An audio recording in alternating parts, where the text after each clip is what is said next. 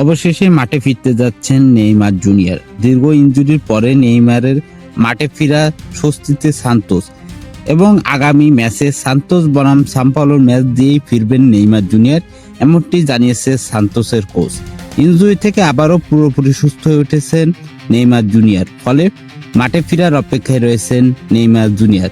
একই সাথে match fitness ফিরে পাওয়ার পরেই অনুশীলনে ফিরেছিলেন নেইমার জুনিয়র। আর ব্রাজিলিয়ান সিরিয়ার ম্যাচ দিয়ে মাঠে ফিরবেন নেইমার জুনিয়র এবং তাদের প্রতিপক্ষ হতে যাচ্ছে সাম্পাওলো।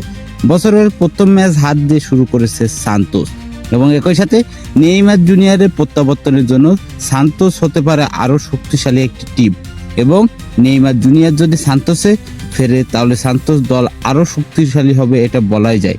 যার ফলে নেইমারের ফেরাটা হবে সান্তোসের জন্য অনেক গুরুত্বপূর্ণ। একই সাথে নেইমার জুনিয়র আগামী ম্যাচেই সান্তোসের হয়ে মাঠে ফিরবে বলে জানা গিয়েছে।